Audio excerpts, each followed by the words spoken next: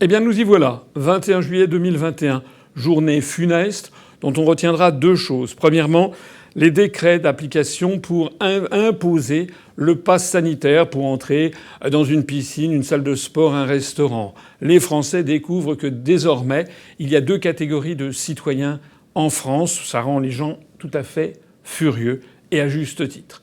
Et la deuxième chose, ce sont les débats qui ont commencé à l'Assemblée nationale dans une atmosphère de confusion, de précipitation, notamment en commission, qui défie l'imagination.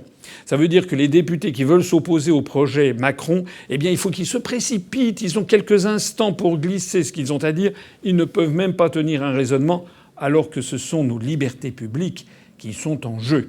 Je retiendrai deux amendements qui ont été rejetés. C'est une allégorie de la folie générale. Le premier amendement prévoyait que le pass sanitaire serait aboli à la fin de la pandémie. C'est du bon sens. Eh bien non, ça a été rejeté par la majorité En Marche. Donc les députés En Marche prévoient que même quand la pandémie sera terminée, on continuera à demander un pass sanitaire aux Français, en fait pour les suivre, pour les traquer, pour traquer à partir de leur état de santé.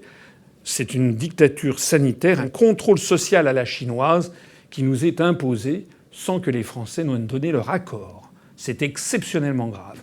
Puis le deuxième amendement qui a été rejeté est assez allégorique aussi. Le président de l'Assemblée nationale, Richard Ferrand, a refusé un amendement qui prévoyait le pass sanitaire pour entrer à l'Assemblée nationale. En rejetant ça, ça veut dire quoi? Ça veut dire que les députés refusent de s'appliquer à eux-mêmes ce qu'ils imposent aux autres. Faites ce que je dis, ne faites pas ce que je fais. C'est un véritable scandale.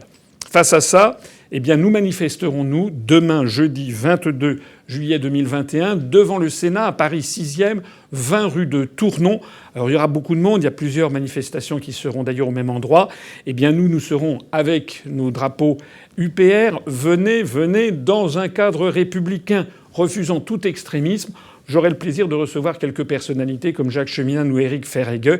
Et nous serons là pour défendre les valeurs de la République.